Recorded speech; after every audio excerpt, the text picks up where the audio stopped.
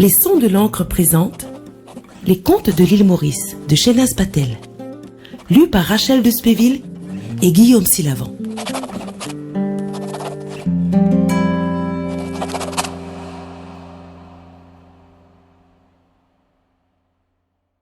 Tizan et le panier volant.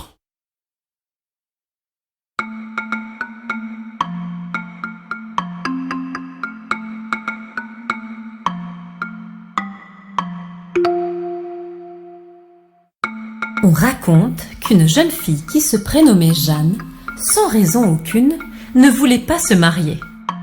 On avait beau lui présenter toutes sortes de prétendants, « Popette ne vaut pas Morette. Il n'y en a pas un pour rattraper l'autre. » disait-elle toujours en les refusant l'un après l'autre. Un jour, cependant, un homme débarqua dans un grand et beau carrosse et lui proposa de l'épouser. Elle accepta aussitôt. Jeanne avait un frère du nom de Tizan. Celui-ci voulut suivre sa sœur. Jeanne refusa. « Quoi ? Pas question de laisser un petit galeux comme toi entrer dans mon carrosse. » s'exclama-t-elle. Son mari tout neuf insista toutefois pour emmener Tizan. Ils partirent donc tous les trois.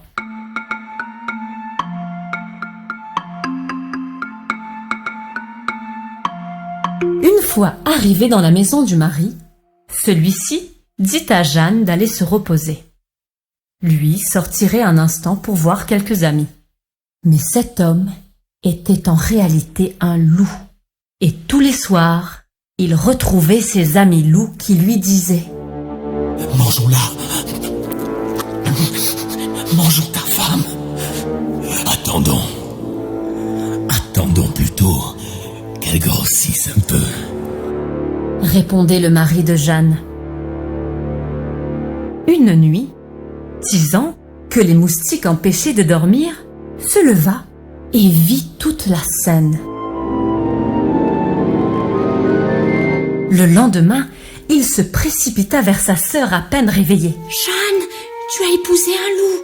Vite, il faut te sauver avant qu'il ait le temps de te croquer. » Ça perlipopette. Arrête un peu avec tes sornettes. Lui répond Jeanne.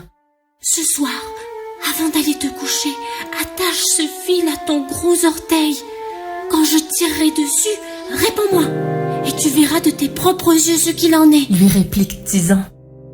Ce soir-là, quand Jeanne vit son mari et ses amis loups discuter du meilleur moment pour la manger, une grande frayeur l'envahit.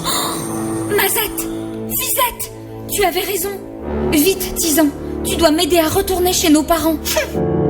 Tu crois qu'un petit galeux peut faire ça ? Répondit Tizan.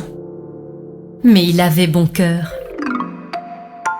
Alors le lendemain, il prit un grand panier et dit au mari de sa sœur. « Mon frère, faisons un jeu. Mettez dans ce panier toutes les bonnes choses que vous pouvez trouver dans cette maison. » Le loup aime s'amuser. Il remplit aussitôt le panier de toutes sortes de belles et bonnes choses. Rôtis, gigots, tableaux, bijoux, vases, pièces d'or et tout un tas d'agram-bagram. « Bien, maintenant, montez dans le panier avec ma sœur. » poursuivit Tizan. Le loup ne se fait pas prier. Il monte dans le panier avec Jeanne. Tizan se met alors à chanter. Mon petit panier monte encore plus haut, toujours plus haut. Mon petit panier monte encore plus haut, toujours plus haut. Le panier monte, monte. Mais le loup a la tête qui tourne.